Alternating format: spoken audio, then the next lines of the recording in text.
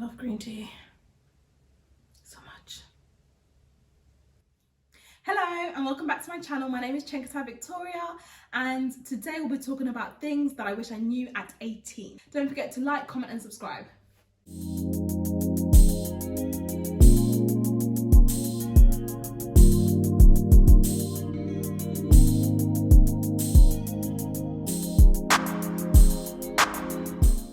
When you're 18, 19 or 20, this is the best time for you to experiment and improve your skills, work on your passions. And I say this if you're not a carer or already a parent. But at this time, usually you don't have a lot of responsibilities, but you have a lot of time and you just have to look after yourself, essentially. And if you're in this situation, use your time now to start the YouTube if that's what you want to do. Start the clothing brand if that's what you want to do. Use this time to really cultivate your skills and see what works. Number 2, I would say start saving. Boy, if I had started saving when I was younger, I could be in such a better place than I am now. If I started trying to get financially literate when I was younger, I would be in a better place than I am now. 3, start investing. So this ties in with number 2. You could be in such a better place. If you're 18, I'm 26 now. Imagine if I started investing then and just left the money alone or really tried to learn about what to do with my money. I could be in such a better position.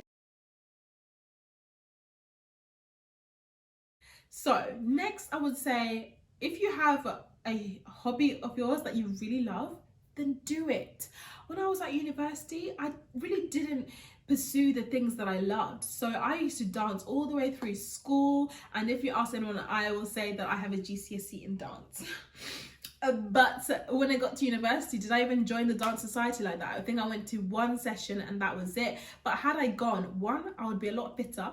This belly would not even exist. But anyway, besides that, it would mean that at least I was doing something for me that would help me mentally and just building discipline. Do I have time now to even go to the gym? I have to find someone to look after my son so that I can go to the gym. Whilst you don't have any responsibilities, do the things that you love. Next, I would say if you're working towards a particular career, look for summer internships, look for winter internships, look for internships on the weekend. Get you that work experience, whether you're not being paid or whether they do pay you, because it does make a difference.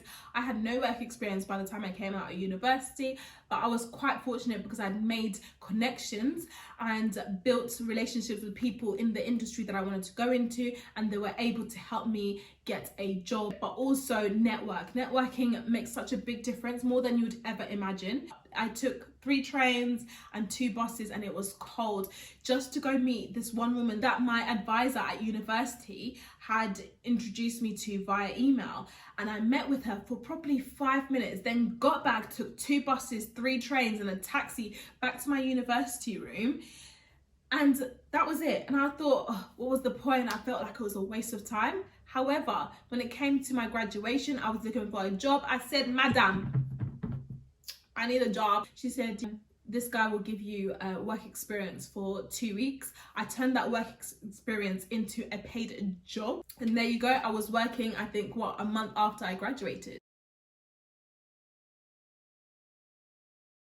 So when you're young, this is the best time for you to move city. Like get out of wherever you live, whatever small village you live in, because I used to live in one small village and I stayed there until I went to university, and I only went to university an hour and a half away. Had I used that time appropriately, like I should have at my young, tender, hot age, I should have moved to Dubai. Use the time to move city, move country. You have no responsibilities. Right now, I can't even go to the toilet without my son crying that I left him in another room. So do it whilst you're still young. This one might be a bit controversial. I say that because obviously I'm saying save and invest your money, but also splurge. Like, you're young, you don't have responsibilities, you don't have to pay for the mortgage. spend your own money and enjoy it. And life is for the living. Okay, you're not here just to suffer. Jesus came so you that you may have life and life in abundance.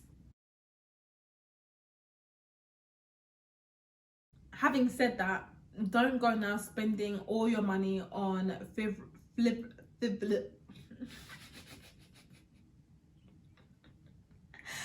I don't know why I can't talk a lot. Try to avoid spending money on things of low and cheap quality.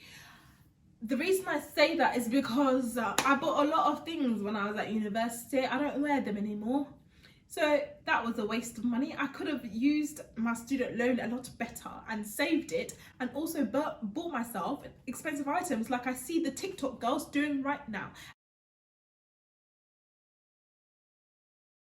Also, start thinking about your pension. I know you're young and you're hot. Why are you thinking about what's going to happen when you're wrinkly and saggy? You don't want to be working whilst you're 80 years old. So you want to start thinking about how you want to be living when you're older. You want to be on a yacht while you're old and saggy. Is that how you say it? Yacht or yacht? Listen, I'm fresh. I wasn't born in this country. Don't judge me.